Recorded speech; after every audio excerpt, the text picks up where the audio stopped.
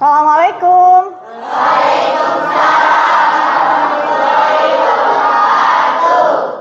Sebelum belajar, seperti biasa kita berdoa terlebih dahulu untuk ketua kelas, dipimpin doanya. Sebelum belajar, mari kita berdoa mulai.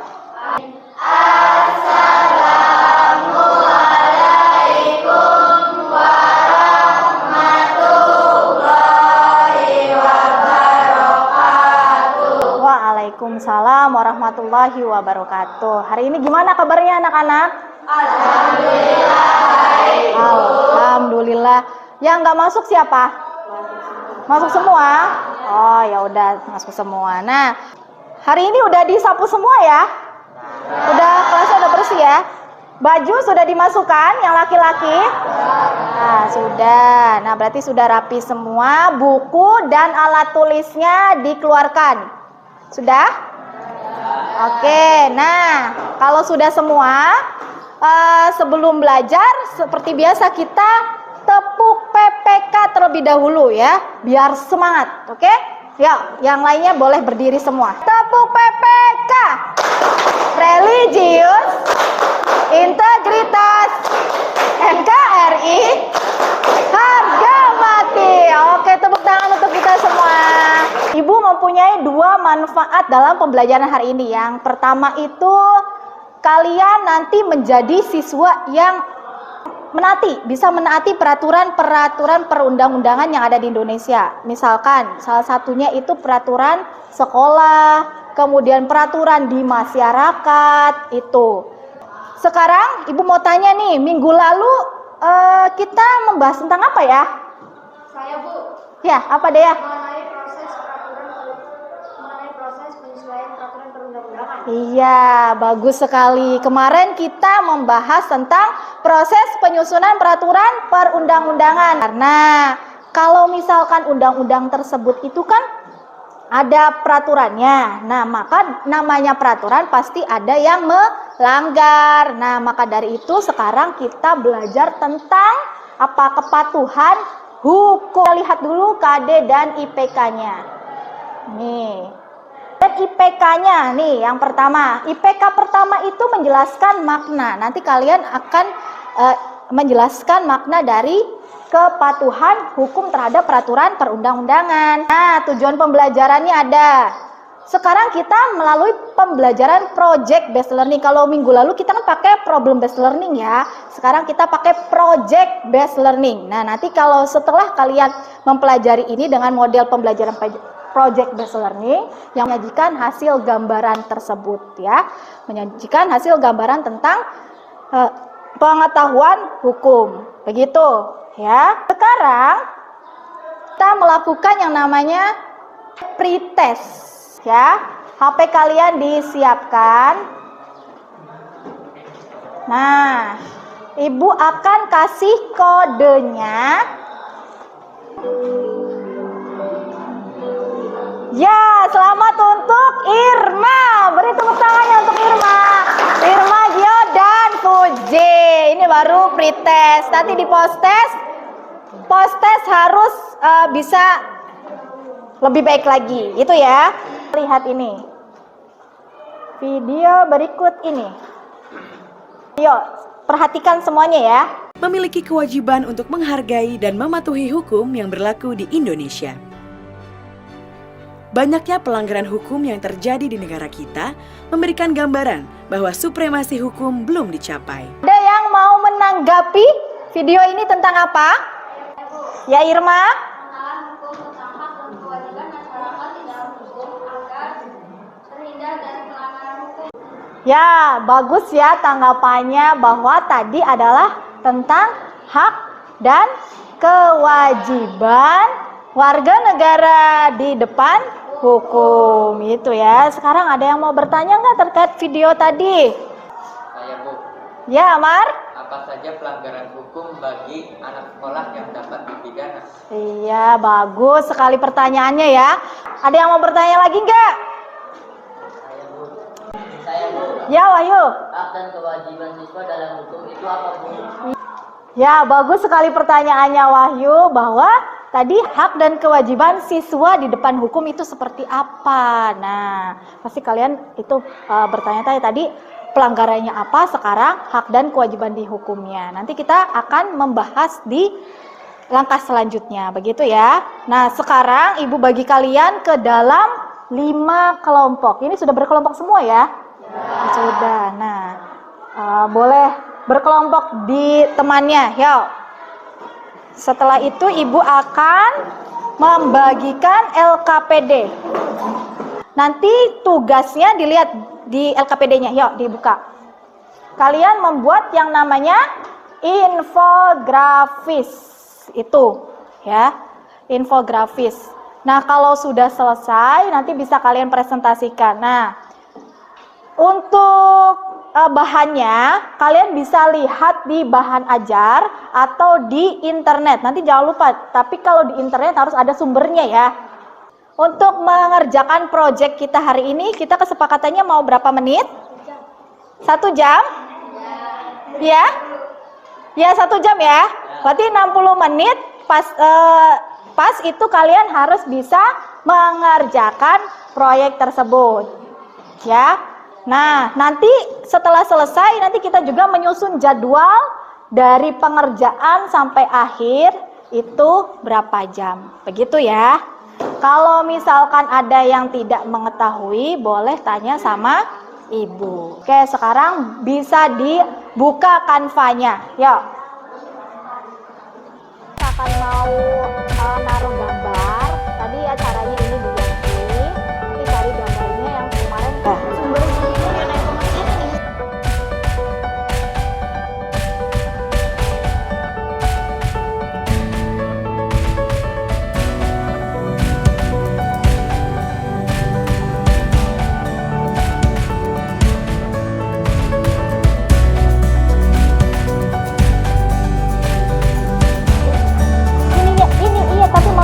sumbernya ada nggak? Belum.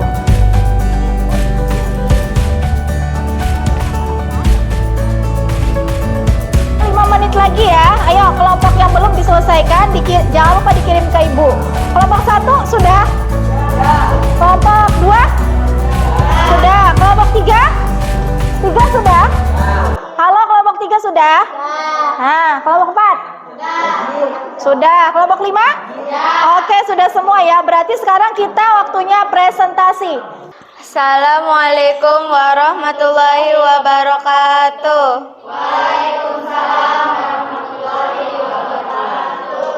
Kami dari kelompok 4 akan mempresentasikan hasil diskusi kami yang akan dibacakan oleh Revita. Adapun dampak, timbulnya stres, frustasi, dan bahkan traumatik dalam diri individu, merusak citra diri pelajaran yang terlibat tawuran, merusak nama baik sekolah sebagai lembaga pendidikan, terganggunya proses belajar. Adapun penyebabnya, tawuran juga dapat terjadi karena tidak bisa beradaptasi dengan lingkungannya. Adapun sanksi, sedangkan sanksi bagi tidak pidana tawuran dalam KUP pasal 358 yang termasuk tindakan kejahatan tawuran. Ada yang mau bertanya? Ada yang mau bertanya? Saya. Gimana caranya agar tawuran dengan sekolah lain tidak terjadi? Saya akan menjawab pertanyaan dari Dewi. Dengan cara menjalin pertemanan yang sehat, tidak membesarkan masalah sepele yang biasanya terjadi dan membawa nama sekolah, ikut kegiatan yang positif seperti eskul. Sekian presentasi dari kami. Wassalamualaikum warahmatullahi wabarakatuh. Waalaikumsalam warahmatullahi wabarakatuh. Boleh tepuk tangannya. Ya, sekarang boleh kelompok 5 maju. Assalamualaikum warahmatullahi wabarakatuh.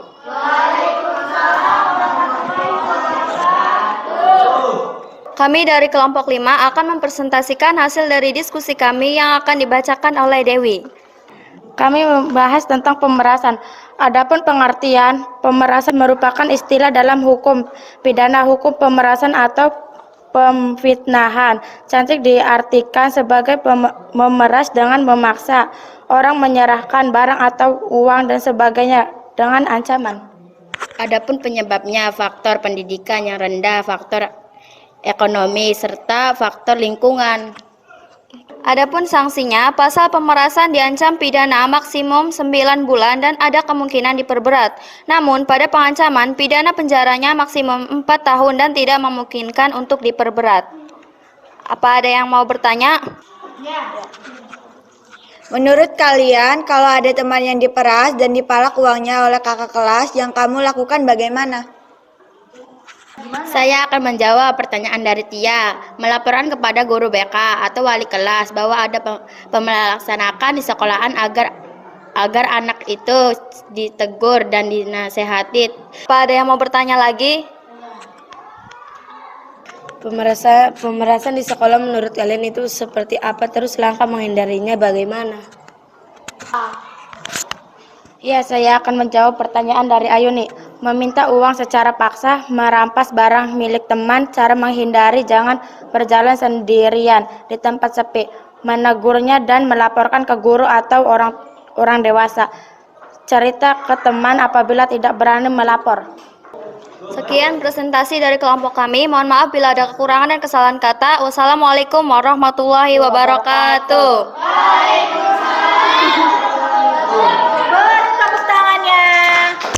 Nah, kita tadi sudah membahas semua ya.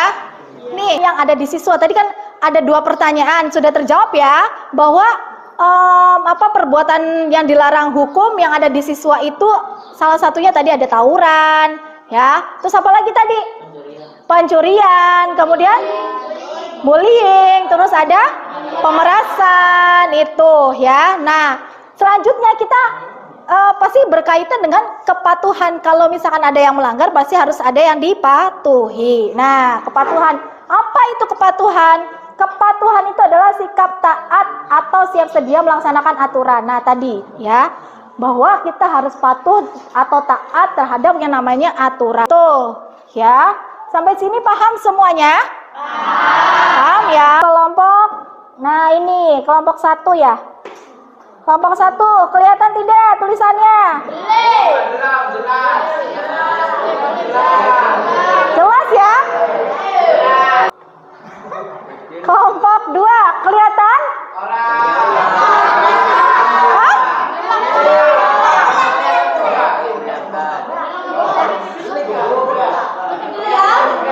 Nggak kelihatan, perasaan kelihatan. Oh, gini aja. Warnanya diganti, jangan warna gelap ya, bisa diganti warnanya. Mana perasaan kalian setelah membuat proyek ini gimana perasaannya? Gimana? Iya, senang, terus ada pengetahuan baru ya buat kalian. Tadinya yang nggak tahu pemerasan sanksinya apa, jadi tahu. Bully sanksinya apa, jadi tahu. Kelompok 4 Ibu anggap bagus sekali ya, tapi yang lainnya sudah bagus. Tapi ada yang lebih bagus, itu kelompok 4. Beri tepuk tangannya untuk kelompok 4. Ya. Karena sudah selesai, ada yang bisa menyimpulkan.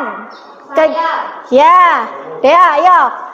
Pengetahuan hukum itu pengetahuan tentang perbuatan-perbuatan hukum yang dilarang hukum, dan pemahaman hukum itu adalah memahami tujuan hukum itu sendiri untuk mencapai ketertiban di masyarakat. Iya, bagus ya kesimpulannya gitu. Nah, itu kita sudah menyimpulkan. Sekarang kita post test ya. Disiapkan HP-nya lagi, siapkan. Wah, sudah selesai tuh. Nah, tepuk tangan untuk Irma lagi yang pertama. Oke, Irma. Yang kedua Dea. Yang kedua Fuji ya. Yang ketiga Dea. Tidak apa-apa. Ini tuh yang lainnya Nazwa Dewi Jauhara. Tuh ya. Ini adalah 5 teratas. Nanti hasilnya akan Ibu kirim di WA. Mau berpendapat tentang refleksi kita hari ini? Saya, Bu. Ya, Fauzia. Pengetahuan hukum itu sangat penting bagi kita sebagai siswa agar kita terhindar dari perbuatan hukum yang dilarang. Iya, bahwa hukum itu penting bagi kita agar kita terhindar dari yang namanya pelanggaran hukum. Itu ya manfaatnya. Jadi Untuk pembelajaran gini manfaatnya banyak sekali. Ya, untuk pertemuan selanjutnya kita masih membahas tentang sikap menampilkan peraturan perundang-undangan. Tetapi kita membuat poster, ya. Poster di Canva. Alhamdulillah, pembelajaran kita hari ini sudah selesai. Ucapkan alhamdulillah. Sudah selesai pembelajaran kita hari ini. Ibu tutup. Assalamualaikum warahmatullahi wabarakatuh.